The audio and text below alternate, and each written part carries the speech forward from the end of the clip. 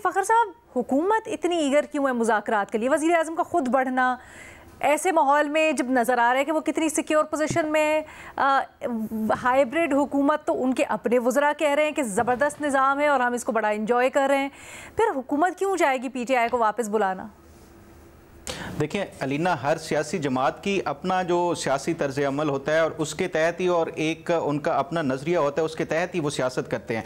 देखिए मैं आपको इसकी एग्जांपल दूंगा कि 2013 के इलेक्शंस हुए, उसमें आपने नवाज शरीफ के खिलाफ जिस तरह से इमरान खान ने पूरी कैंपेन की थी, उसके बाद जब इमरान खान का कंटेनर से गिरने वाला इंसिडेंट हुआ तो ये नवाज शरीफ वो खुद जाके उन्होंने इमरान खान की अयादत की है। तो मेरा ख्याल है कि ये हर सियासी जमात का, पीपल्स पार्टी भी इसी तरह जो सियासी तौर के ऊपर रख रखाव रखने वाली एक जमात है, नून लीग भी है, मुस्लिम जो PTI है उसका तर्ज अमल बिल्कुल डिफरेंट है। तो एक तो ये हो सकता है कि हुकूमत इस टाइम जो है नो डाउट एक बड़ी स्ट्रॉन्ग पोजीशन में है, कल का सियासत में कोई पता नहीं होता, लेकिन अपेरेंटली देखा जाए तो ये एक स्ट्रॉन्ग पोजीशन में है, और यही मेरा ख्याल है कि जो स्ट्रॉन्ग पोजीशन है उसी को दिखाने के लिए ये PTI के साथ बातचीत के जरिए, ताकि मामलात को अफहाम व तफहीम के जरिए जो है वो चलाया जाए। अच्छा, आई थिंक जो उमर ने पॉइंट उठाया था बड़ा इंटरेस्टिंग है, और आई एम श्योर हम सबके जहनों में ये सवाल होंगे।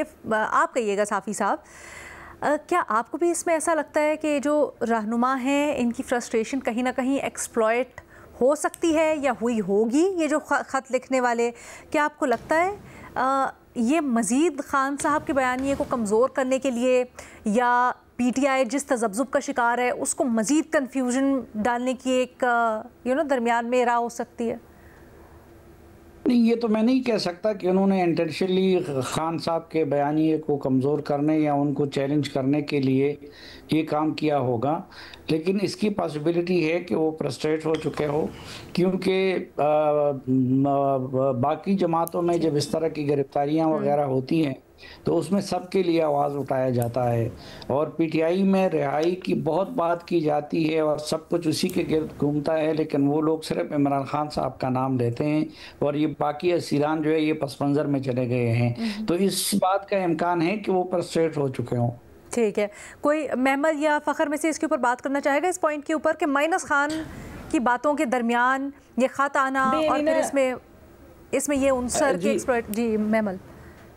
अलीना, मेरा नहीं ख्याल कि ये माइनस खान की है। देखिए, अगर आप ये लेटर या जिस तरह आप प्रेस रिलीज को कह रही है, अगर आप उसको भी देखिए, उसके अंदर भी है कि खान साहब से हमें, मैं नहीं कह रही उनवार उसका प्रेस रिलीज है, मैं तो शॉक्ड हूं कि खत प्रेस रिलीज आ रहा है, मैं समझने की कोशिश कर रही हूँ। हाँ जी, मैं ये कह रही हूँ कि बेसिकली उसके अंदर भी जो जिक्र है वो ये है कि खान साहब से कंसल्टेशन के लिए बार बार मिलने दिया जाए, यानी कि उसको रोका ना जाए इस प्रोसेस को कंसल्टेशन का। ये ना हो कि एक हफ्ता मुलाकात कराई फिर अगले 3-4 हफ्ते मुलाकात ना कराए, बीच में वो क्या बात करे सारा कुछ।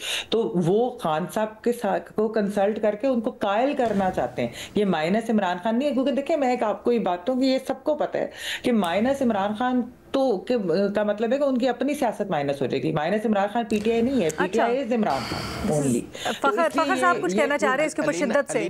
फ़खर। अलीना देखें, उस खत का अगर आप मतन पढ़ें तो उसमें उन्होंने लिखा हुआ है क्लियरली कि ये जो असीरान हैं उनको ज़ेरे मातून नहीं रखा जाएगा।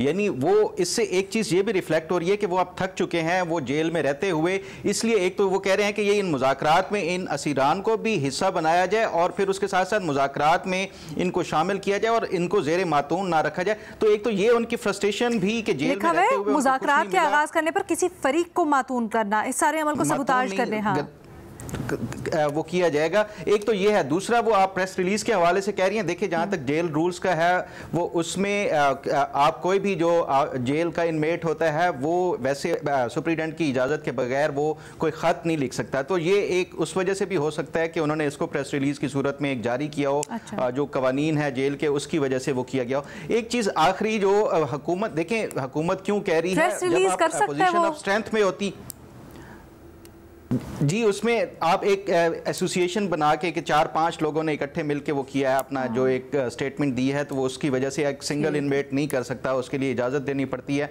लेकिन वो जो पोजीशन ऑफ स्ट्रेंथ वाली बात है हुकूमत की तरफ से, ये उसकी वजह से भी हो सकता है कि हुकूमत इनको कह रही हो, ताकि ये जो PTI पहले ये चाहती थी मैक्सिमम बार्गेनिंग के ज़रिए, अब हुकूमत क्योंकि पोजीशन ऑफ स्ट्रेंथ पे है तो वो सिर्फ कम से कम के ऊपर जो है वो PTI को वो कायल कर सकती है। तो इस वजह से भी हुकूमत की तरफ से ये दिखाई जा रही है लचक।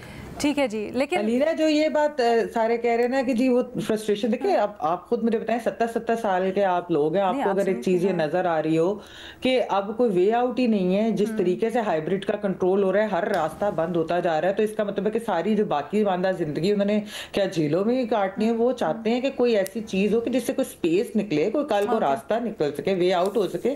तो इसके अंदर तो कोई ऐसी बिल्कुल एक ये प्रैग्मेटिक बात है जिसको मैं समझती हूँ तो उन्होंने की है। नहीं, आई थिंक किसी ने इस सेंस में कहा भी नहीं है फ्रस्ट्रेशन को कि दैट्स बैड, कि अपनी पार्टी के तर्ज अमल से किस तरह से वो शाकी होकर फिर इन चीज़ों पर मजबूर हो रहे हैं।